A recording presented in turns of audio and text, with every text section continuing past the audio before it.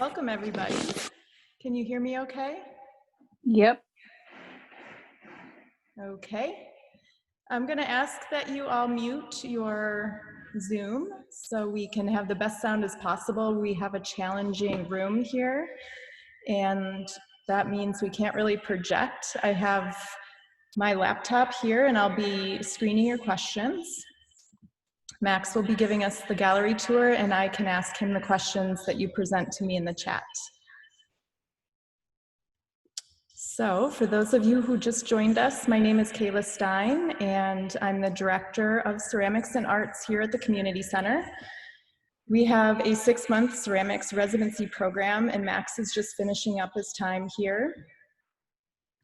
I just want to thank Max because he did an excellent job holding down the fort during our shutdown. We're still shut down, but he definitely rose to the occasion and helped us do what we could during shutdown, which meant curbside clay sales, firing kilns, and really being the face of the ceramics program. So I just want to thank Max for stepping up during a crazy time and really being probably the best possible person during shutdown, because he also took great advantage of having the extra studio space. So you're here at Gallery 212. This is in the 2nd floor of the Community Center in Sonoma, California. And we have a gallery here at 700 square feet. And it's a community gallery where artists can have solo shows or group exhibitions. And at the end of every residency, we have a solo show for the resident. This is typically a pretty significant show for them, often a first solo show, and it's usually pivotal for their next steps, showing their work. A significant body of work was made for the exhibition. So I just want to congratulate Max and his accomplishments during his residency here and all of his contributions. So I think I'll try to turn it over to Max. And bear with us if we have any sound issues. You can certainly write to me in the chat and let me know what's happening so I can make some adjustments as we go.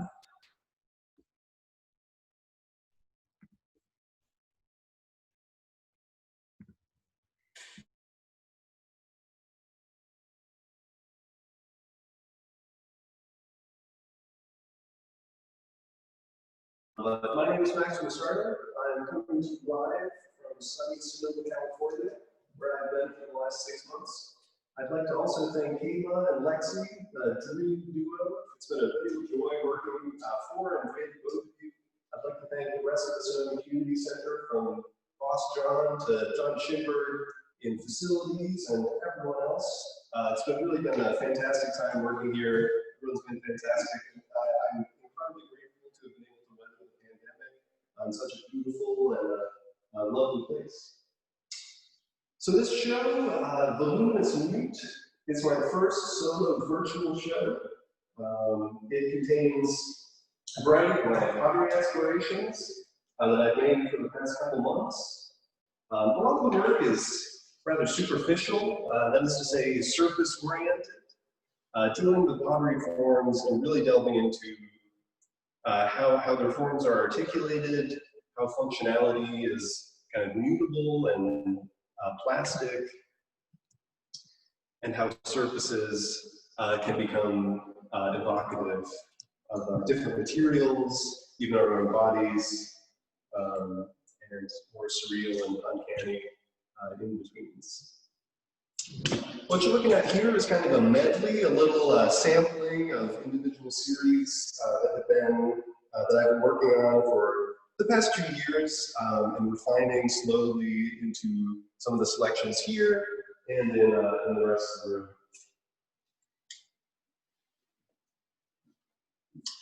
There's some forms. I think we'll turn to the toroids right now. This has kind of been my staple form for the last 2 years at least. The torus is more or less a geometric donut. This is a sphere that goes in on itself. I call these toroids because they're not true toruses. They don't go all the way through, but they look like toruses. And this form has become something that I return to constantly. It's a very simple, pleasing form that I can go go at and surface in a variety of different ways, and really just focus on the surface. This is a form that doesn't really have edges, certainly no visible edges. So to me, it doesn't really have a beginning or an ending. It's kind of a continuous contour, and there's a sense of a deeper volume than might be present. These forms spread out in front of you have a couple of glazes that I've been working on for the past couple months. So these metallic crystalline glazes. You can see these lustrous golds and sort of moody graphite-like surfaces. We can get a detail here. I'll do a manual detail. These surfaces are produced during the cooling of the kiln. Excess metals in the glaze precipitate to the surface, and since they can't stably form into a glass, they crystallize and grow in small discs that then butt against each other and create this kind of fish-scaled effect. And the surface is actually very smooth to the touch. Indeed, indeed. Yeah, while it may look like it's been beaten with a tiny hammer, it is very smooth. And how do you make those, Max? These are thrown on the wheel. I still use a lot of sort of archaic pottery techniques, very simple things from hand building and pinching the foils to throwing on the potter's wheel. Pottery is really a central subject matter in all of my work. Even when they're not vessels per se, I still think about how they might function in a space, how they might function in a home, how they might function when they're empty. These were all central concerns in my practice. And what temperature do you fire these to? I believe everything in this room is fired to cone 6 or lower. So all of these torides are fired at cone 6, which is about 2200 degrees Fahrenheit.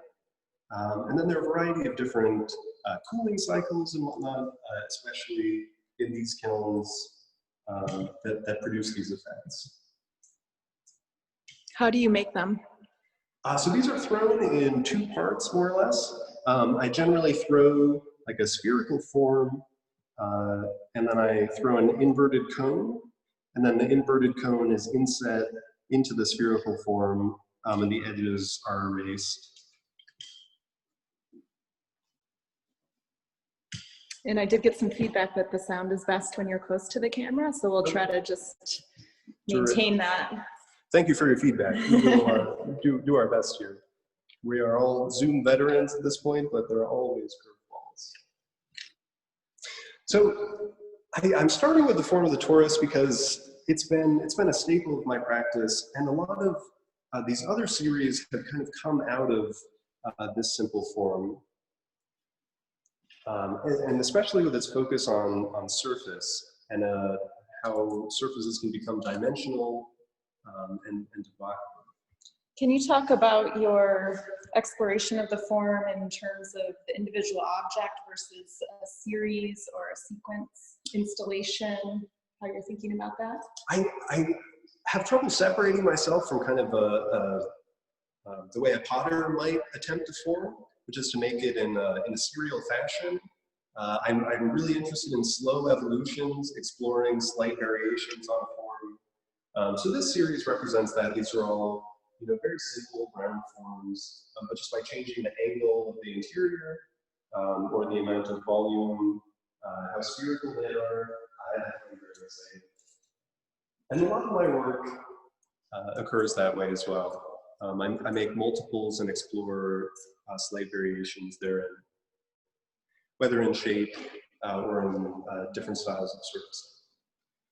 And I mean, I know this, that you've gone to town, so to speak, with your glaze testing and glaze formulation while you've been here. That's really been your main inquiry. And there's some questions about the glazes, what the base metals are, and if you've developed them yourself and what that process is like. These glazes, I have developed myself. A lot of them, it's an arduous but a very satisfying task at the same time. Most of these glazes I've been working on for about 8 months. I started researching crystalline glazes in Houston, sort of walking blind.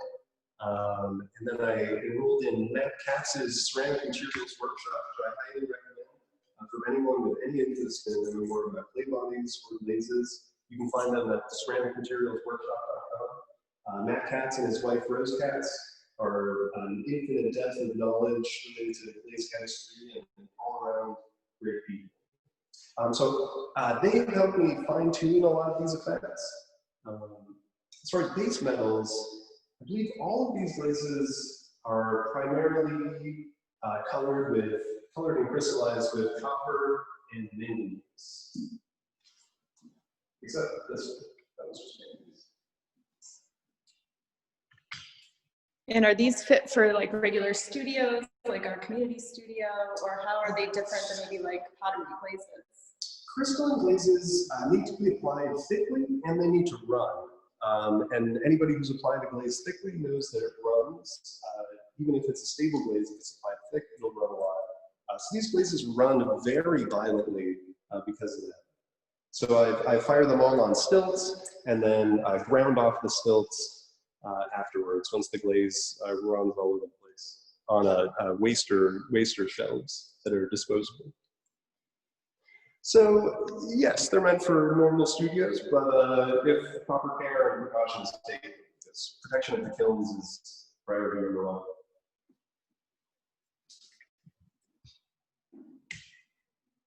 And are these functional pieces?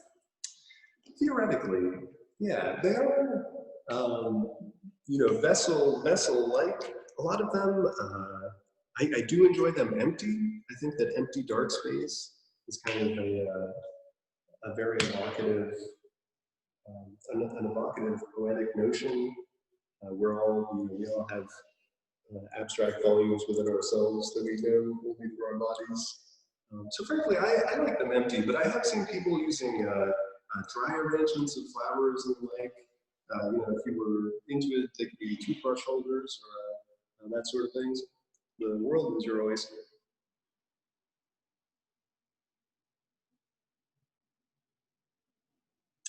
I think maybe we'll go to these mugs next. This mug series arrived out of the toroid series. These are all hand-built. And there's this strange mathematical joke that topologists tell one another, that they can't tell the difference between a donut and a mug because they both have a single hole, the hole for the handle in the mug and the center of the donut. And I wanted to explore this notion. Topology is all about the amount that you can distort a surface and it will still have the same equivalence. So say distorting something like a plate into a vase, they'll have the same topological equivalence. But if holes upset that, so you can't distort something and create more holes. So I wanted to take these mugs and keep all their anatomy, all of these sort of vestigial mug elements, you know, sort of handle motif, and the indent of interior space, and play around with abstracting that form and seeing if they would still retain a sense of mugness. Just to be a little more provocative, I stepped away from glazes with this series, and these are coated in an atomized sprayed plastic that's heavily pigmented with neon pigments.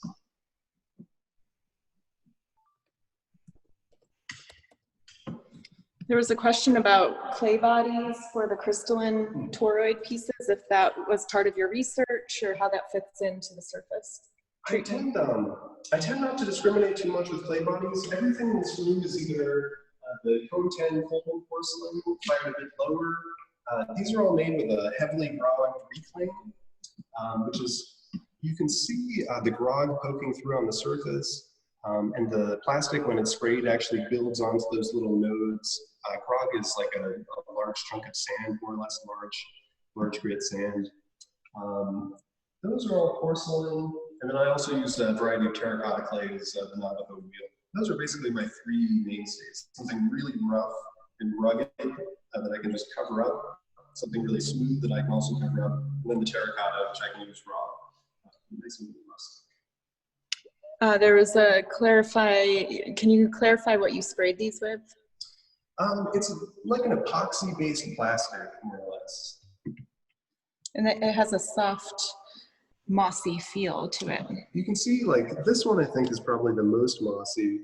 So they do have a certain amount of squish to them, which I find very exciting after working with the glass and obdurate, stubborn surfaces. It's really kind of strange to have something a little compliant or give way under touch.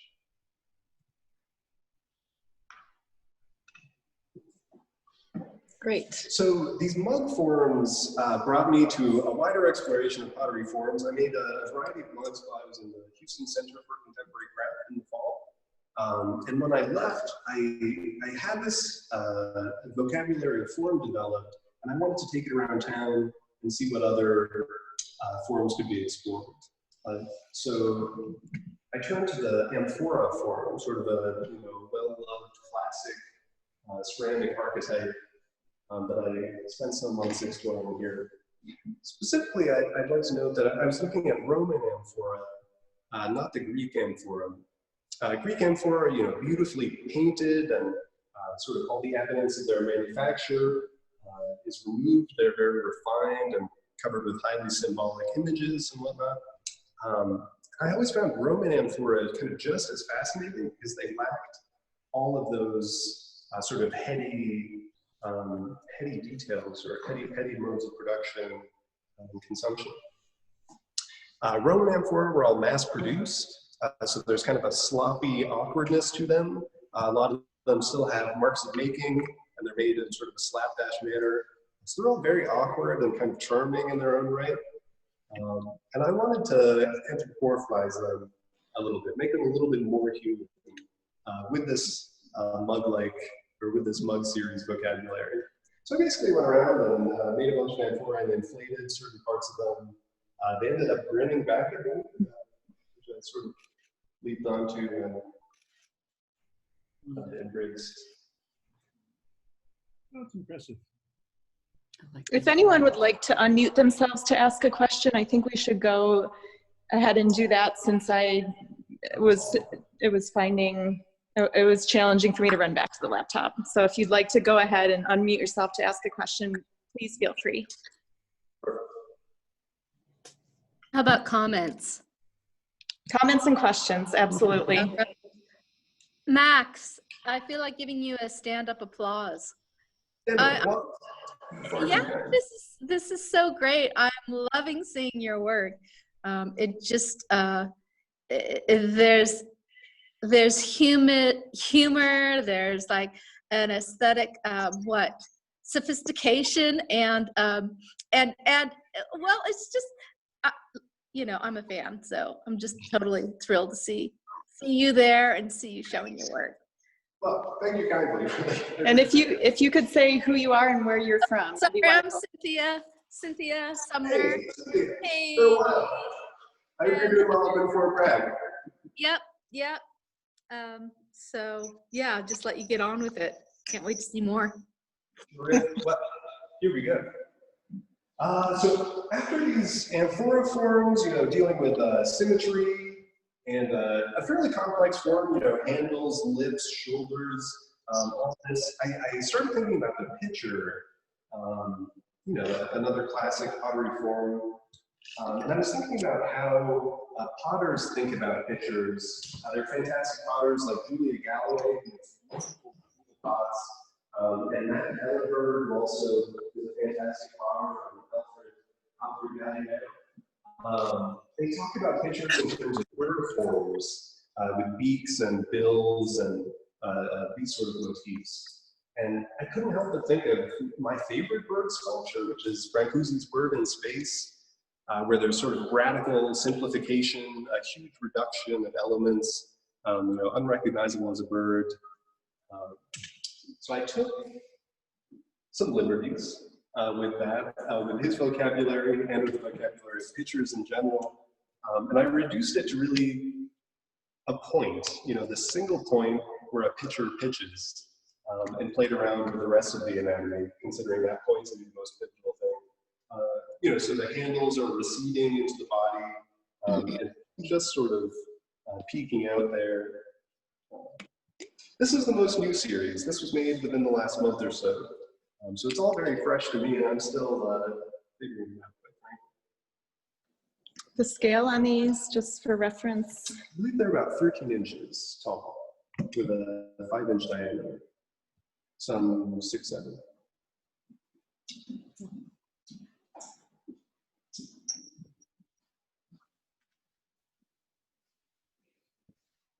Max, this is Therese Keating. Are your pictures, did you do them on the wheel? And how did you get them to collapse in their points? How did you make them? A fantastic question. Very similar to the wheel-thrown toruses and these mugs. I build my interiors separately. So say this whole section would be built separately as an inverted cone with some other complexities, some squished ankles and triangulated here. And then it's inset into the body with the edges sort of flaring inward, and then all the edges are erased. So all of these are hand-built, as well as the amphora, just sort of pinched around. I have to pitch as well. I'm teaching a pottery techniques and processes class where I've been demoing some of this work recently, which has been a lot of fun. And I should say, it's not too late to join that class. There's only been one, and the next one is Monday, and that's a 5-series Zoom class. And we have the recorded videos as well for your consumption if you're in the class.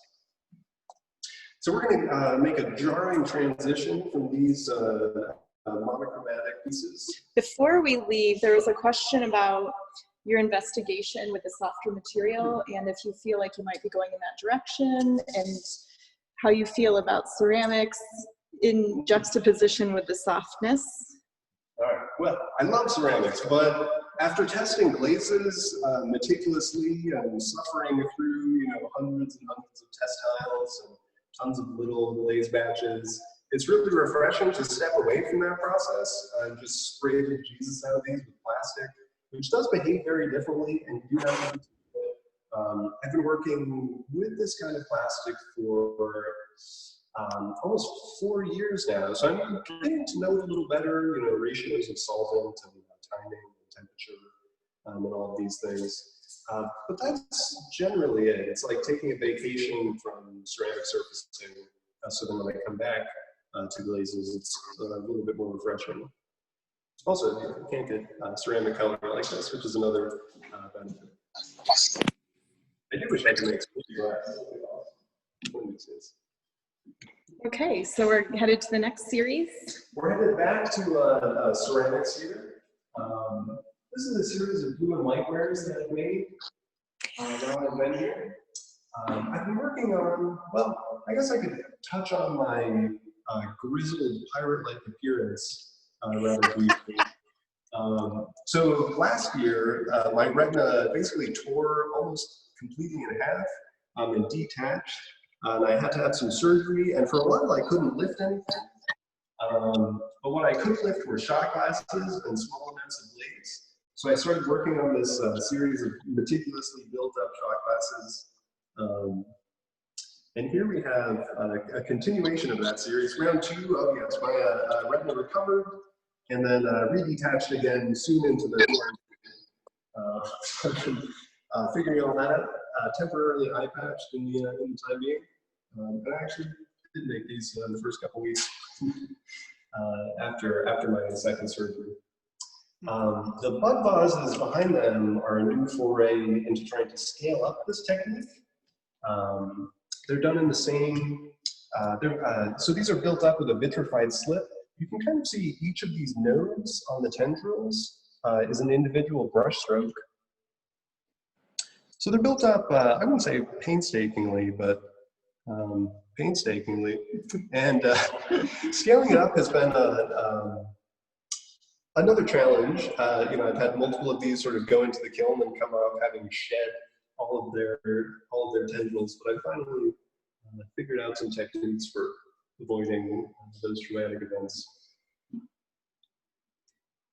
How long, of course, this is a question, but how long does it take you to build up the lengths of those spikes, and how do you work on them, like in a series, or do you have to set them up before you add more?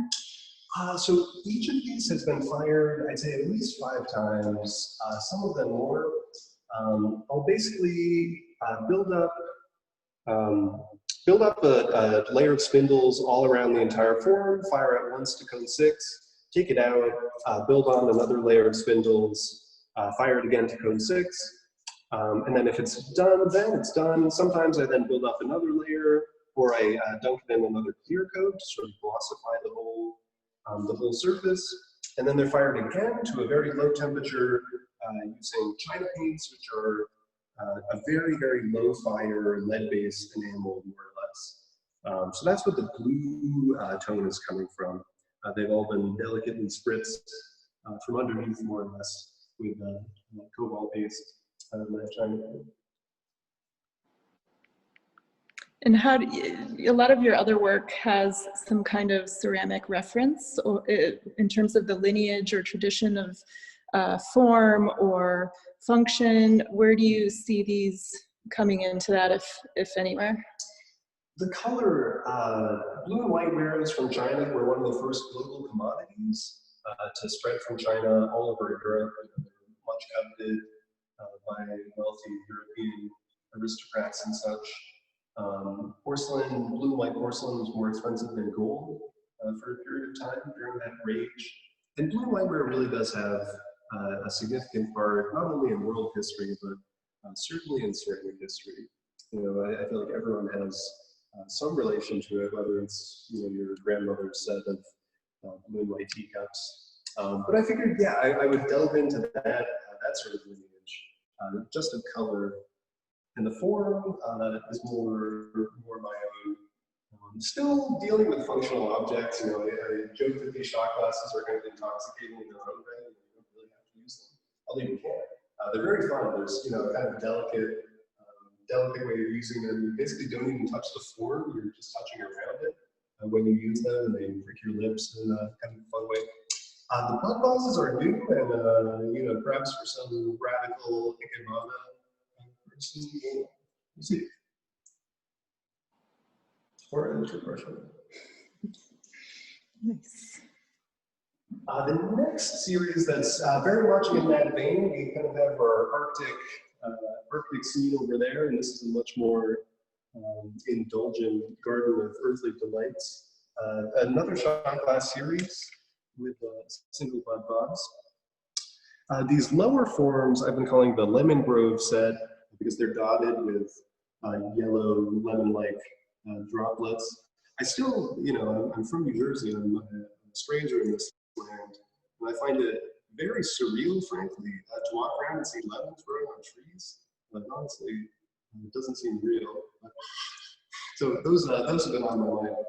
The taller white pieces actually have a color-changing glass.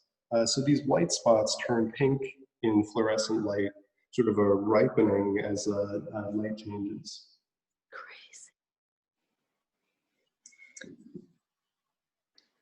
And you chose the terracotta in this case to throw with, which you don't typically do. Indeed, yeah, I love raw terracotta. Probably the thing that comes most to my mind is Yixing ware, probably for a city in China where they have made raw unglazed teaware for hundreds of years. And unglazed ceramic is interesting because it does have some porosity. So in Yixing, these teapots are used, you know, even for generations. And like a wok or a cast iron, they become seasoned with what's been in them. So if you use, you know, certain green tea in this teapot, it'll have the robust flavor of that tea moving forward. There's also a similar, I know this while I was in Houston, but in Central America, there's a similar practice with unglazed cups used for mezcal and tequila. So these are somewhere in that vein. I also like thinking about them as kind of abstractions of earth and plant matter. There's a nice dramatic scale shift in that sense. Any questions about the last couple of series that we've looked at?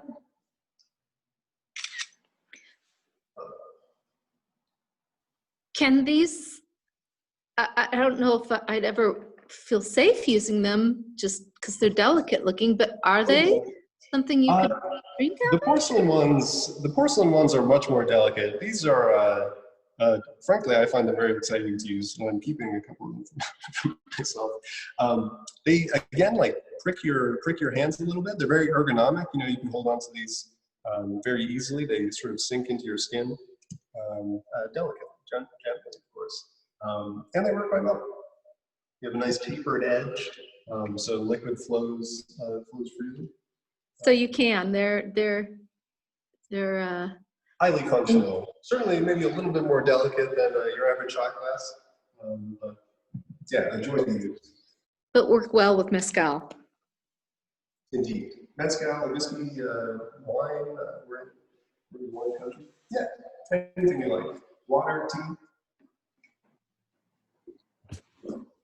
Hey Max, this is Dean. Do you take pictures in nature that inspire you, and then you try to mimic the look and feel, or how does the inspiration go? No, not much less direct research. I basically, there are some lemon trees around in the orbit of the Sonoma Community Center. You know, so sometimes I'm walking around and I'll just be caught with a tree growing lemons, and it just sort of sticks in my mind. And later on, when I'm making color choices, that sort of thing, that comes to the forefront. But a lot of my research is not in the field, more or less. A lot of it occurs at a distance, or at least a contemplative distance. I've seen that you do some drawings and sketches of, like the amphora and the mug, so. Yeah, these sorts of series, the shot classes really happen live. It's a much more improvisational way of building. The amphora and the mugs, I do draw. I tend to draw them in line drawings, just sort of very simply articulating different elements, the curve of a handle, or the way the mug would sit. And then a lot of it happens from the in-making process. They're just rough schemata to go off. But these shot glasses are loose and free, more free than some others. Hey Max, this is Vince, and congratulations. It looks beautiful. I'm so inspired by all your explorations, and I'm just curious. You've had a really unique experience being there, pretty much by yourself and exploring. But is there anything that you've done that has surprised you, and that you think that you're going to take from here to your future work, wherever that may be, and whatever you do? Hey, Vince. Yes, that's a fantastic question. Many things have surprised me. A lot of these projects that I've delved into, like the gray glaze, which I've actually surfaced a number of pieces on, was kind of a cast-off test tile. I was like, rubbish, looks drab. Who wants a gray glaze? When I pulled it out in January, I was like, this is actually beautiful. Dig into this. There are a lot of events like that happen where I overlook something that's happened as a horrible mistake, and then I'll go back. Actually, that's the most interesting thing that happened. Yeah, I'd say that might be one of the extents. One thing that I have been working on and spending a lot of energy here working on, but as of yet haven't made a solid achievement, are these wrinkling glazes.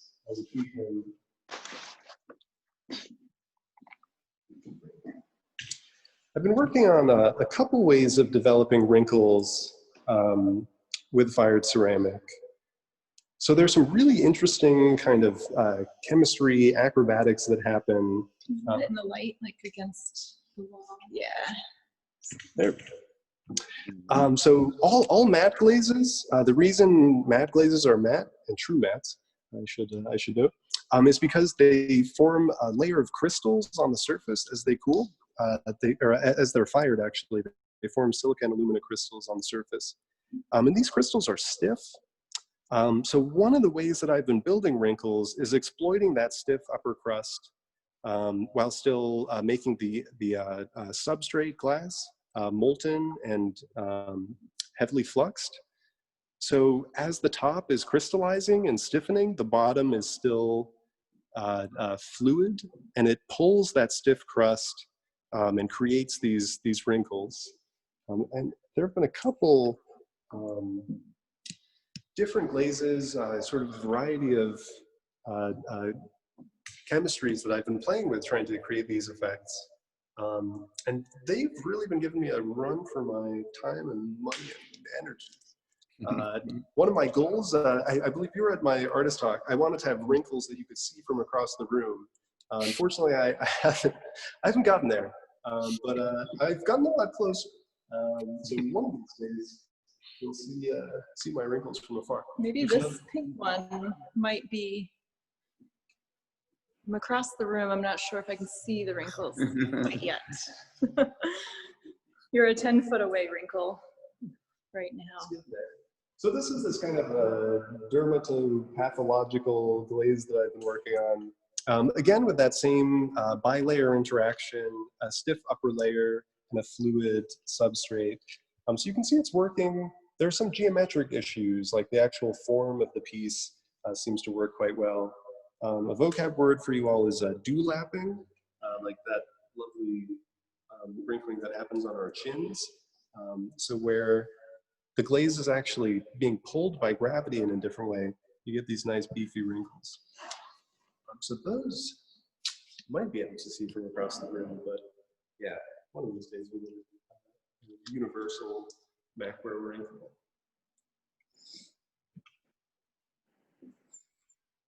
It's a terrific question. I think I took it in a totally different direction.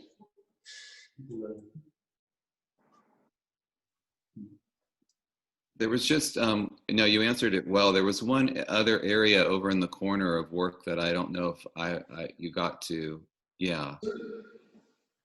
So this, these are my tessellated vases, or tessella vases. Not Tesla, but tessella. So a tessella is a single element of a mosaic.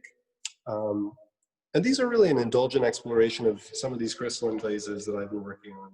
Just simple vase forms. I should talk about the forms. They have constructed interiors, so they're really double-walled vessels.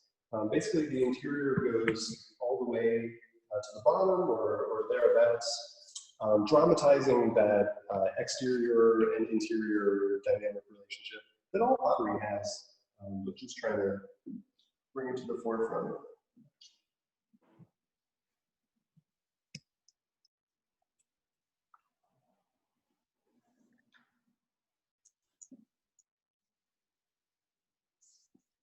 And these are all exploring, again, just slight variations in form, slight variations in proportion, slight variations in the chemistry of the glaze as well. These are using 3 different variations on a single recipe, fired at various temperatures and with different cooling cycles. So you can see some of them grow these rather large crystals with starbursts as the nucleus of the crystal. And some of them are much denser and some less lustrous, some more. I'm interested in that minutia. Max, Who's that? this is Hosuyo Miller. I was curious about the blue and white, heavily wrinkled glaze piece that you had. If you had broken it, what does the interior of that glaze look like? Is it spongy looking? Yes, it's foamy. That glaze particularly has silicon carbide in it, which creates CO2. So as the top crust of the glaze is forming, the silicon carbide is off-gassing and producing CO2 that actually inflates the glass. So it does have a foamy interior. Basically around each individual granule of the silicon carbide, there's a little pocket of air. And that's why it looks kind of like a deflated volume, because it was inflated. And then as the kiln progresses, When it gets hotter, it deflates under the weight of that crystal structure on top. Thank you. Of course. Max, you didn't talk about the modeled wrinkled pieces here that look like cloaked vases. Indeed. Again, this was a project that I undertook while I couldn't work so aggressively. I had to develop some other meticulous projects. So I did some sort of classic academic studies of objects wrapped in cloth. Again, thinking about surfaces and how surfaces define form and how drapery sort of hides and reveals form simultaneously. Also, again, thinking about when a surface becomes a form, and really, again, wrinkling is kind of another central concern of mine, a central subject matter that I'm delving into. But wrinkling is really where a flat surface becomes dimensional and becomes form. So being able to explore folds and wrinkling and ridging and all of those acts, all of those elements was a really fun project.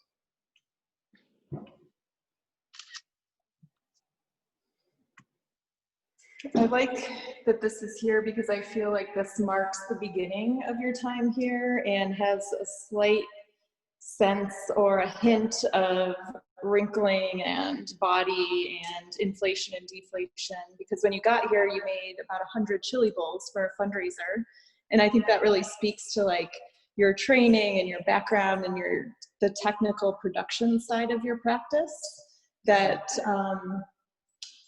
I've been honored to witness over the last 6 months, but yeah, I feel like that piece is significant in terms of like taming down the absurdity of the work in a way. It's the starting point maybe of. This is very approachable. Yes, it's a bowl. We can call it a bowl. We know what it is. I like that you think as a starting point, because I really can't get away from the joy of throwing out the wheel. Almost all of the work here comes from just a real interest and engagement with material and how material responds, whether it's squishing wet clay or pulling wet clay and getting this sort of wiggly, undulating rim, and these kind of quiet, thin spots where it's been pulled and stretched. Those are really moments of extreme fascination for me, and have spurred these kind of more horrific explorations.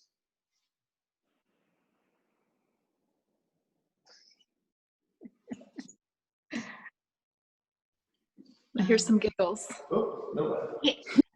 Seriously. Ayla, could you get closer views of some of the individual pieces on this table that Max is by? Yeah, Like say that little round thing there that's, that next to the bowl. And what about that goblet looking thing? Max, maybe you could give us a tour of your cabinet of curiosities here. This is my medley table, just a little taste of everything. A couple of these are from my own collection, shot glasses I've made. I think this was made at the studio of Toshiko Takaezu, where I basically began doing ceramics seriously. And this is just one of my favorites, so it gets a privileged spot. Tell us why. I mean, this is significant that you brought it all the way across the country with you, and it's in your show. Shot glasses are really the only ceramic object that I collect voraciously. Oh. For one, because even famous ceramists have affordable shot glasses. They're all compact. You can travel with them easily. You can use them solo. You can use them communally. And you get as much out of a shot glass as one might out of a vase, as far as getting a feel for somebody's personality or the way that they work with materials. So shot glasses and small, basically like Chinese teacup-sized objects have been a favorite of mine, especially since I've been a vagrant, resident hopping kind of guy for the last 2 years.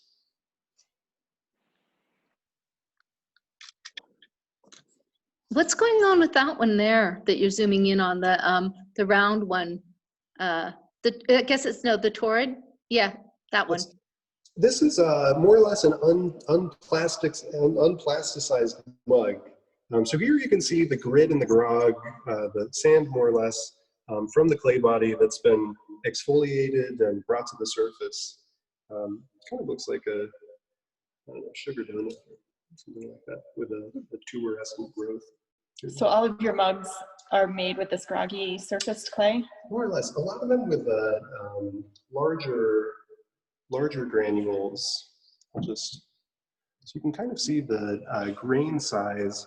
You know, these are quite beefy, although they are exaggerated with the atomized plastic, which clings onto those nodes and builds and builds. But yeah, so I you know, having a rough but homogeneous texture and topography there is pretty essential for that series. And are you introducing the extra coarse grog into a clay body or buying it like that? My favorite clay body is basically Bruce Dennert's. I read his MFA thesis at Alfred in the school's library. If you ever get a chance to go to Alfred, the school's library is fantastic. They have all the MFA theses in a cabinet, and you can just go over them. But Bruce's clay body, as he described it, he had just showed up at Alfred and had his first child and was completely broke. So he was salvaging, reclaiming, and dumping like 40% sand into it. And a lot of the work that I had seen of his when I first met him blew my mind, because he was making work that was, you know, multiple inches thick, and I had never seen anybody dealing with clay in that way. So I decided to take it for myself. That's great. And Bruce Deinard is the ceramics director at Peters Valley. MFA 1993. Okay. Another all-around great guy. He just did a short residency here last October, I believe, as a chili bowl resident. He made a bunch of bowls too. So. He's, yeah, another Renaissance man as well. Plays a mean piano and makes great pots and terrific sculpture. This is one of my favorites. This little guy in the back. It's like a puppy. It's cute little modules, little poodle puffs.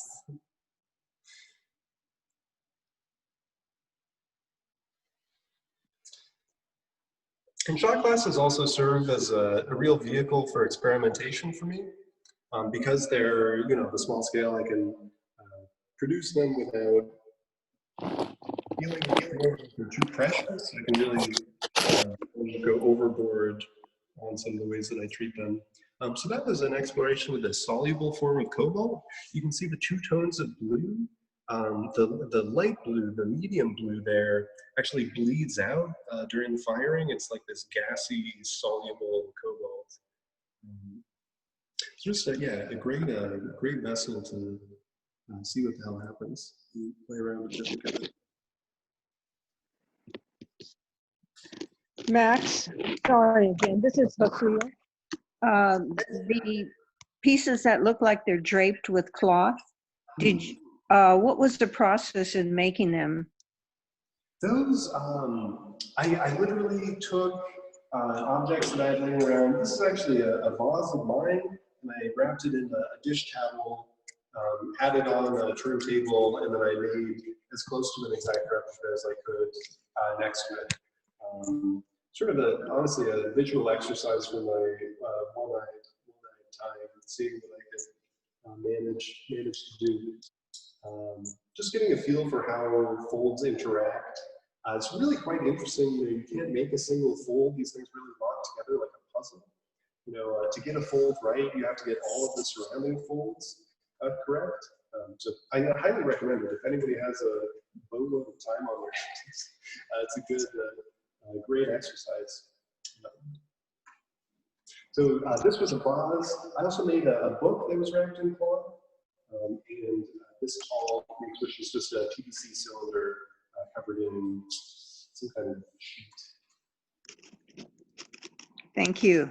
So Max, did you actually throw a vase and then drape clay over it? Yes, although not all at once. Oh wait, no. This was coiled, and then like some of these ridges were added as coils, and then carved out the other way. It's unfortunately not that easy. I wish I could. but as your model, you were basically doing what someone that does figure drawing would do, and you draped a vase that you had made that already had been fired and finished with a towel, and then that was what you were looking at as you were carving. Indeed, yeah. So reductive and additive sculpting rather than like a mimetic slip-stitch cloth or something like that.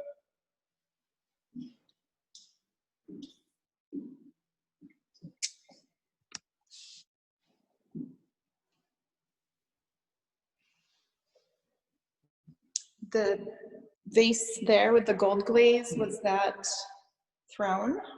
That was thrown, that's thrown porcelain, thrown in two parts as well. Similar to the Tauruses, again, I use a lot of inserts. So the vase neck and interior is thrown separately and then inserted after I do some stretching and collapsing to play around and distort the form and get a different sense of volume. That's a bronze Venus vase. Bronze Venus? Nice.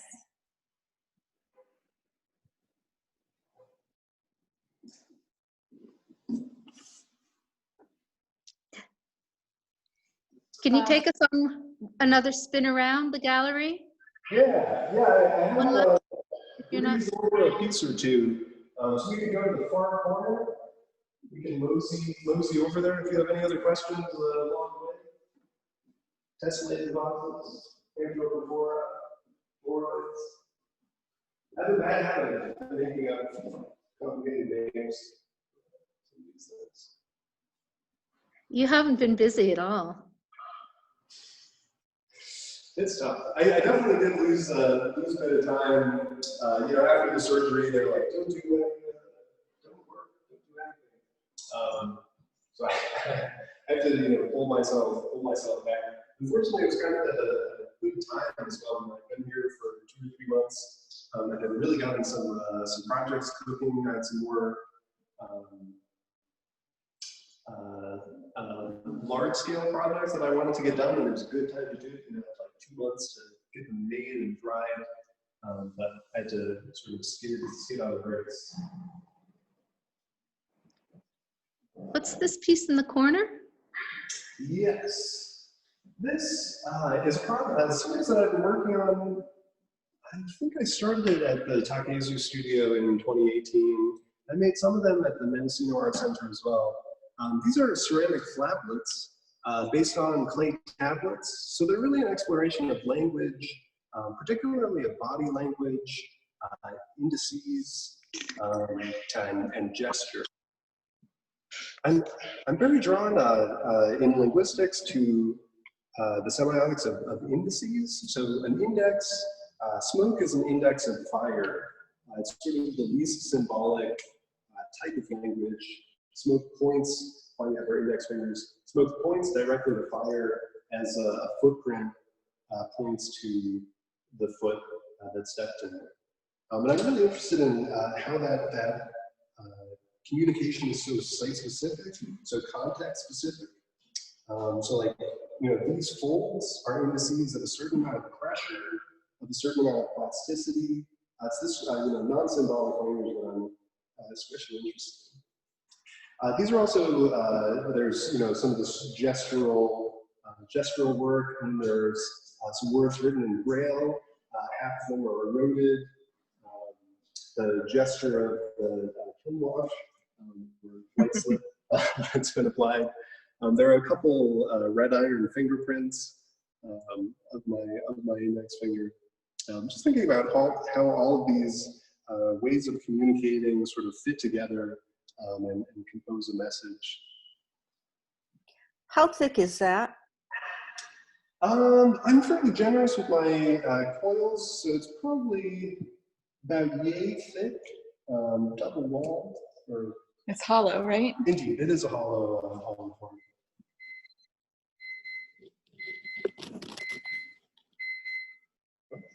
Not sure what that beeping is. When you first made this series, did they have the marks on them, or were they all form? A lot of them were all form, sort of all squish. Yeah, these are probably the furthest things from functional objects that I've made. even though a lot of my other stuff does seem fairly non-functional, it still revolves around functional form in some way. You know, the amphorae recall functional amphorae, even though they're not particularly useful in that same sense. But I do think, you know, clay tablets have their part in ceramic history as well, but I don't think it's as much attention as, you know, ancient pottery and that sort of thing. But clay has a deeply ingrained history with us, even going back to the start of language and the start of recorded language, particularly, since it is such an archival material. I have a genetic predisposition to thinking about archival quality and whatnot, because both of my parents are art conservators.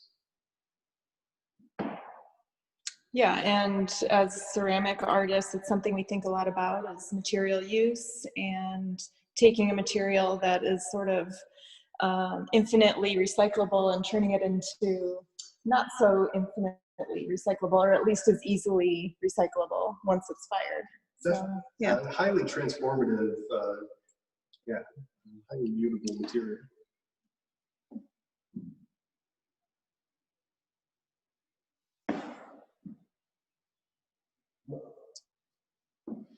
Would anyone like just to say hi, or we don't know who's there, so if you'd like to say hi and let us know you are here, let us say hi.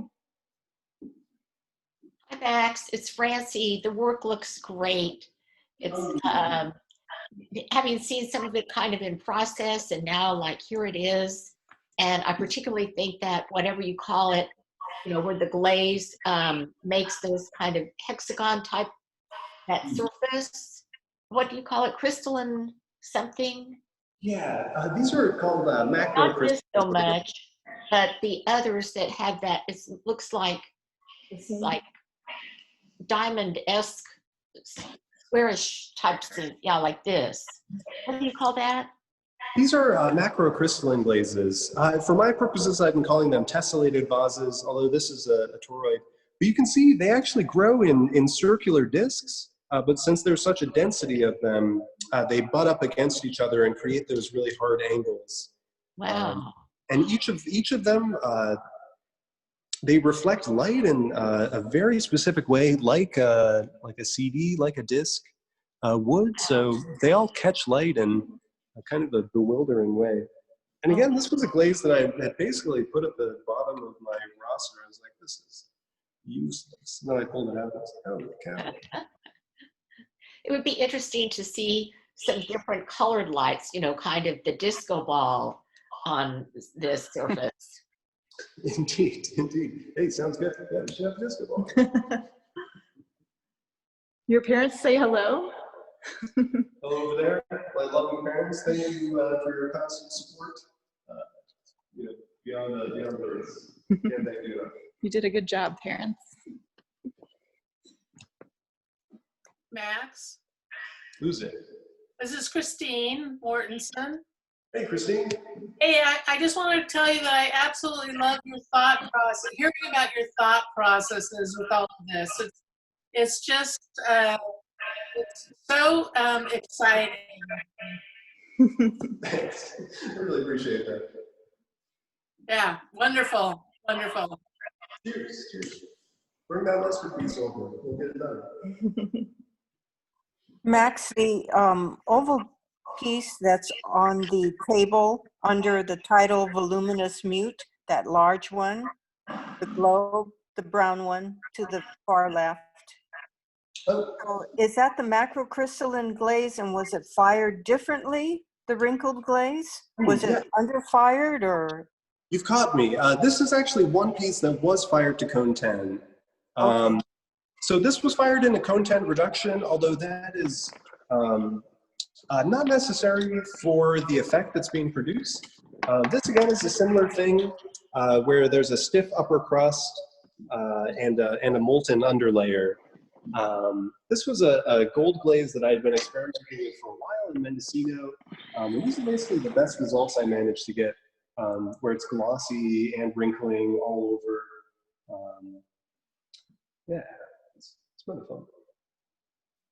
There is also a slight amount of CO2 being produced, or gas generally, in these wrinkling glazes. So there's a slight amount of puff, not as much as that blue and white piece that we had looked at earlier, but a slight amount of inflation and subsequent deflation that does produce these. That's stunning. And your blue and white spindle glazes, the sound is really bad, so I didn't know, but I thought I heard you say that you fired it with a leaded glaze as the last firing. Yeah. It's kind of just coincidental that it's a leaded glaze. China paints, which are usually fired with about cone 018, which is like cone 018, which is about 1300 degrees, which for our purposes is very low. You know, the glazes are melted at about 2200 degrees Fahrenheit. So 1300 is, you know, room temperature by that standard. So lead is a really active melter and can get down into those low temperatures. But for the record, I'm not exposing myself or anyone to raw lead. Never. Dangerous. Also, yeah, don't do that. But you fired them multiple times with to cone 6. Is that what you said? Indeed. Yeah, I'd say about 4 times to cone 6. Okay. After they've been bisqued, and then a single China paint firing afterwards. You can see they're actually kind of exciting to lift. You can see from below where I've airbrushed them, they look rather blue, and then there's a sort of transformation as you move around them. I really enjoy moving around these pieces because they have that shadow effect from the way you applied the glaze, like it's a directionality. A directionality, yeah, and it gives them dimensionality too.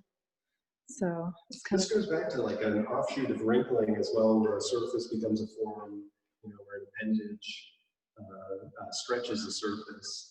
Where these, it's really kind of difficult to think of them as the surface.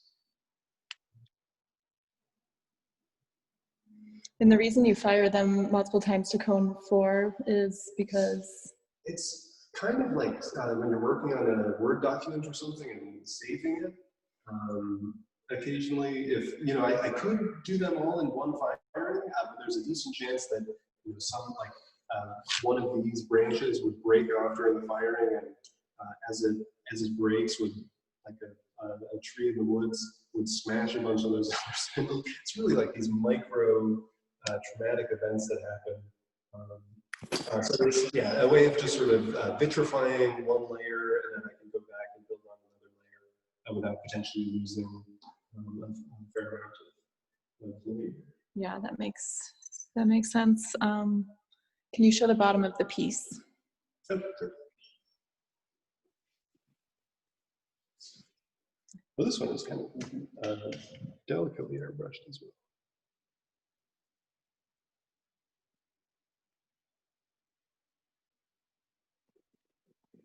It's interesting, you know, they are theoretically fairly fragile, but since a single finger disperses the amount of pressure over, you know, 5, 8 spindles, they're actually fairly stable and don't necessarily want to say usable, but usable. Max, this is your cousin from Rhode Island. Holy cow, Cindy. I'm so glad to see this talk. I'm so glad to see your work as it's grown, and you look fabulous. Well, but it's a pleasure to hear about your process as well as see the pieces. It's really interesting to me. I appreciate it so much. Excellent. Thanks for coming. I did not expect that. Oh. My parents must have sent out some. You have no idea.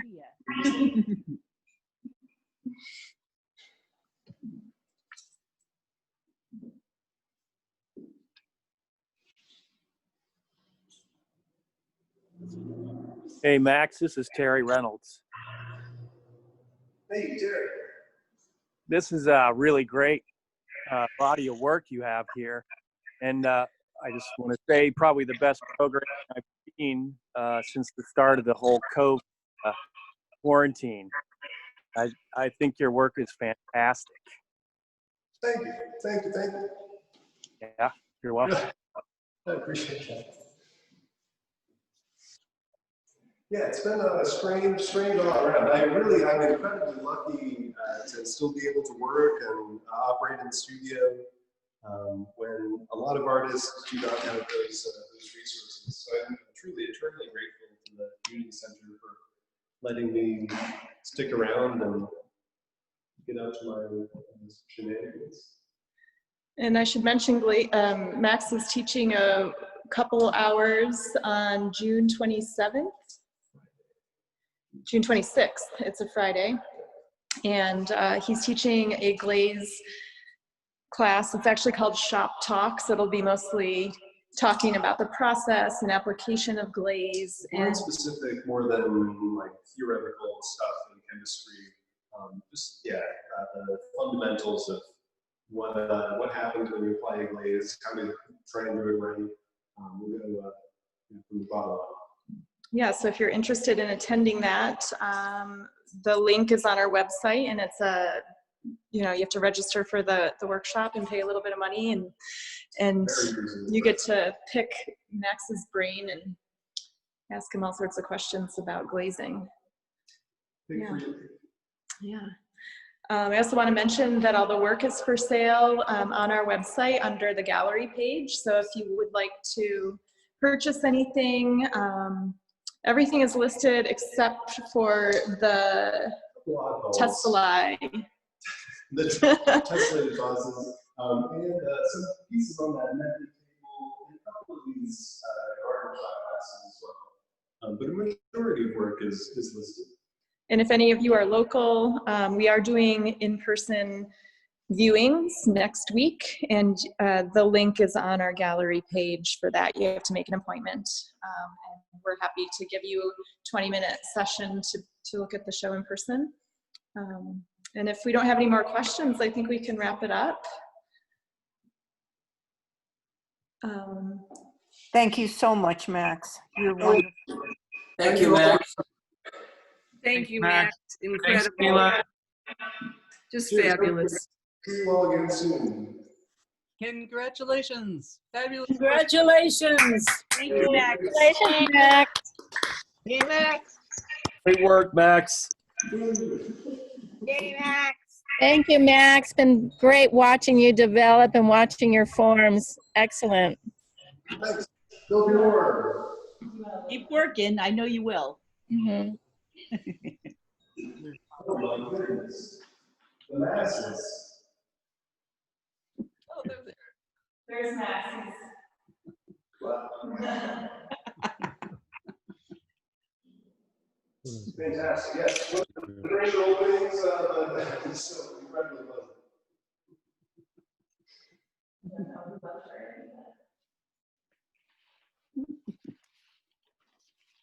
See, Max, that was fabulous. Terrific. Well, really, thank you all for coming. Feel free. You can find me on Instagram. Ask me questions in the future. I'm easily accessible.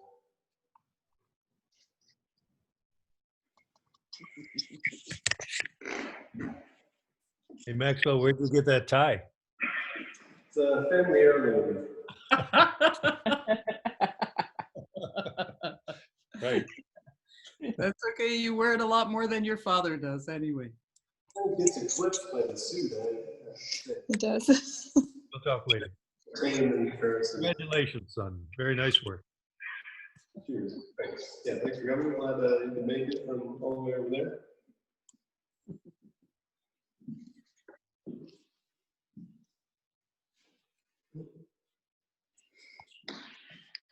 Hey, Cindy. Yeah, been a while. Hey. Yeah, it was great. Glad to be here. So, Maxwell, next week, it will be open by appointment? Is that how it works?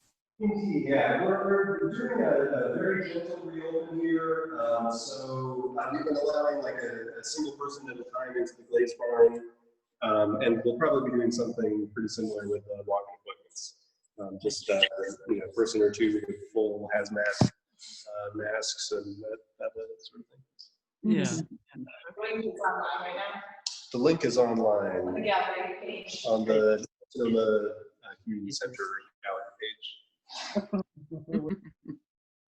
Great job, Max. This is Harold. Thanks, Harold. Good to see you again. We'll get those Oh, biscuits. I always love seeing you. You're the best. All righty. Well, thank you, Kayla, as well, for your excellent cinematography once again. Thanks, Kayla. Thanks, everybody, for coming. It's great that you're here. Hi, Max and Karen. Great to see you. Bye, Nora. Bye, Peter. Nora, Peter, Kayla. Nice Kayla, to meet Nora, you. Peter. See you soon. Sounds good, Harold. All right. Bye. All right, everybody. Thanks again for coming. Have a good evening. Another Potter in the You should hang up. I guess. He's just such a talent. Really.